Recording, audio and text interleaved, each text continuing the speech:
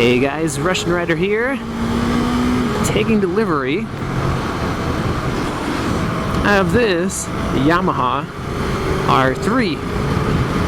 So I got a little bit tired of a cruiser, of the octane, of all the power, the torque. So I decided to get some a little more sporty, a little more controllable.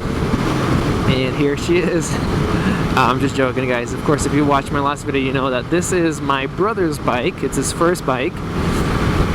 He wanted something sporty that looks beautiful, which this bike does look very, very nice. And a good starter bike, because he really hasn't ridden anything other than like pocket bikes when we were 8-9 years old. We had some 49cc pocket bikes that we just blasted around town on. So it's a nice little starter bike. Of course, I did mention the FZ07, which was a little bit out of his budget realistically, but maybe it was still an option. But he definitely likes like the super sport style look more so than kind of like the naked bike look of the FZ07. So we looked at a bunch of different bikes. Man, it's so interesting not having that low end pull, that low end torque. We looked at the Ninja 300, I considered a little bit the Honda. Didn't really look at in person the KTM 390, and this thing is just looks really, really nice. I love the gauge cluster. I love that as a gear indicator. I think that's really helpful for somebody who's starting out. I definitely enjoy having a gear indicator, and I've been riding for a while, and this fit the bill. So it's really narrow. The tank is really narrow. The bike's really narrow, but it definitely feels good riding it. You have a sporty riding position, even though it's more upright than a Ninja 300 or a R6 or anything like that. You're a little bit more tucked than the FZ07 that I had, which is basically upright. Definitely more tucked than my forward controls on the Victory Octane, but it feels good. Definitely feels good. I'm excited to go out and ride with them,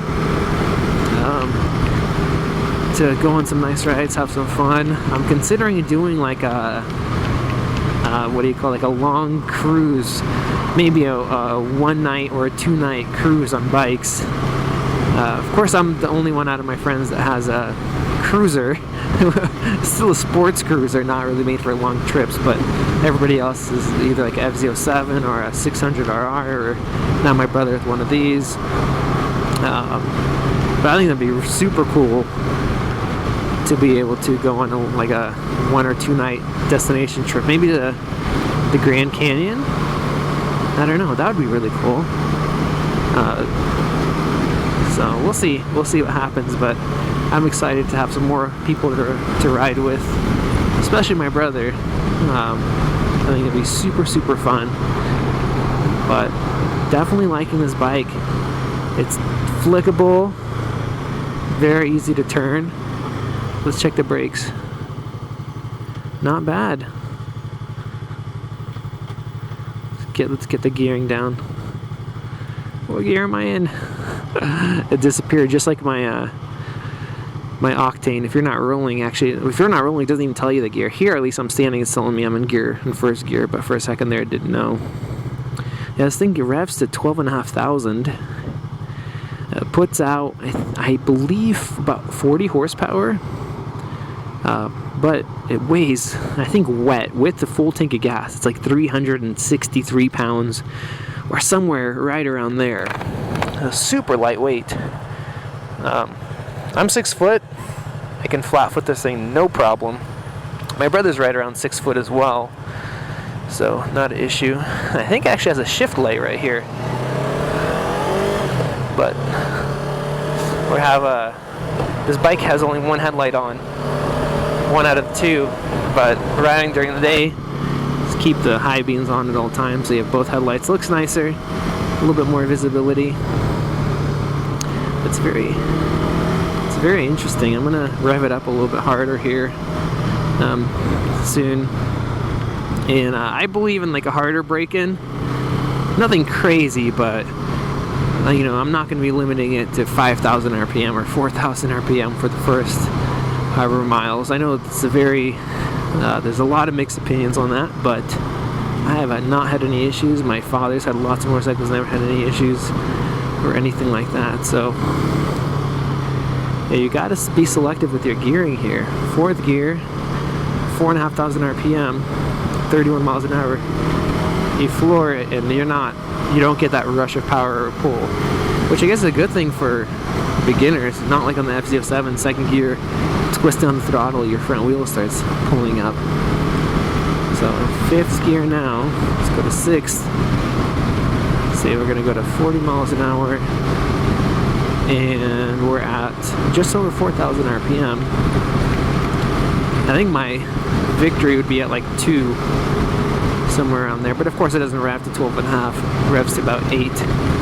Yeah, this bike is gorgeous. I love the color. The Ninjas look really nice too. I really like the flat black that they also have. They didn't have one in town here, and my brother really likes red too. So, no, engine braking feels pretty good. Feels pretty good. So interesting hearing the engine. You guys probably don't hear the engine at all because of the stock exhaust. I mean, the 300 doesn't make that much noise, plus with the stock exhaust. When you rev it up to about 9, 10, it gets quite a bit louder. You hear a lot more engine sound. But down low, it's pretty quiet. And he actually already ordered up right away before we even picked it up a tail illuminator kit, LED turn signals for the front and back with the adapters, an exhaust, a full carbon exhaust slip-on, not full exhaust I guess you should say, but the full canister and tip and everything is carbon fiber, and it has a carbon fiber side cover, so it's just a slip-on. It's going to make it sound a lower sound when it idles and when you're revving it. Not going to make it much louder on the high end, but just sound a lot better at the low end and idle and everything else. So, and that way we won't have to mess with the fuel controller or anything else, or pay, you know, $1,000 for full exhaust and a power commander on a bike that doesn't cost very much. So I think that was a Suzuki. I wonder why Suzuki isn't making anything in this category. I know for a while it was just Kawasaki making their 250s, and then they updated to make it look nicer, and then they changed it to a 300, and then kind of some other companies realized, hey, there's a good market for these bikes, so I'm sure the profit margins aren't as high as the other bikes, so maybe that's why. But if Suzuki is making something, you guys know about it, let me know in the comments. I'd love to know that. So if you guys have any questions about this bike, about how it feels, of course I'm not taking it to twisties. It's a brand spanking new bike. So nimble. So nimble. Not bad. Right there, fourth gear, starting at, I don't know, 20 or less than 20 miles an hour. Of course, if you gun it all the way or halfway, you feel like there's not enough torque to pull it. Like you need to be in a higher gear. But just cruising around, it's not a problem to speed up like normal.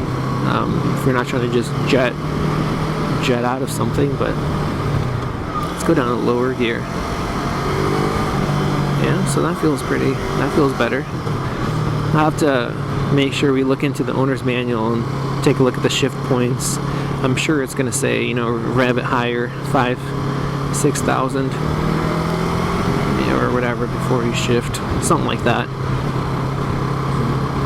So yeah, I wonder how the Ninja would feel if that one didn't have the torque. So it has less torque, less kind of low end power. You have to rev it higher. I think the guy had an Icon jacket and a little scooter. Brake check. Yeah, brakes feel pretty good. One thing I noticed is the clutch, and I know it could be adjusted, as you feel the clutch engaging towards the end. So if you guys watch the clutch here, okay, I'm only feeling it right there. So yeah, you just can get used to it, but the Victory octane clutch, it engages like right away, which I really like.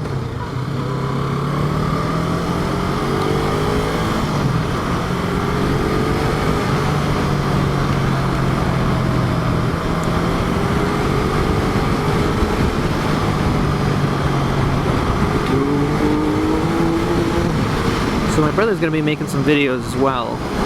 If you have one of these bikes or you're interested in one of them, want to see maybe some moto vlogs, some installation guides, some sound of his new exhaust, stuff like that, I'll leave a link in the description where you guys can subscribe to his channel.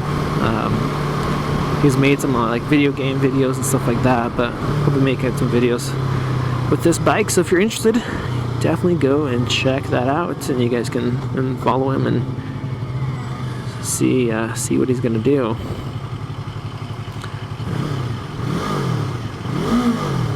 Oh, it sounds good. Yeah, above like 6 is you start hearing some engine sounds.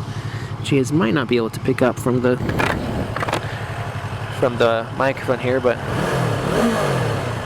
yeah,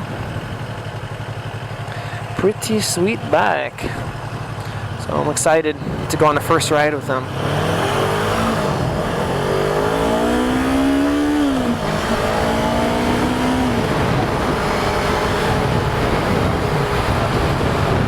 Not bad, not bad. Also, this windscreen, it throws the air up pretty well. It's let's feel basically hitting kind of middle top of my helmet. At least for me. It depends on how tucked you are, but yeah, it feels good. Definitely does its job. One thing you don't get on a naked or a cruiser unless you put a fat, ugly windshield on it, in my opinion at least. But that's cool. And you don't have to buy a rear passenger seat, a rear peg seat, or a rear peg kit and whatnot. So, and this thing gets about 58 miles per gallon, I think, on average. You know, fill up a tank. It's costing you, I don't know, $6-7 for 150 miles or right around there. So very cool. Very cool.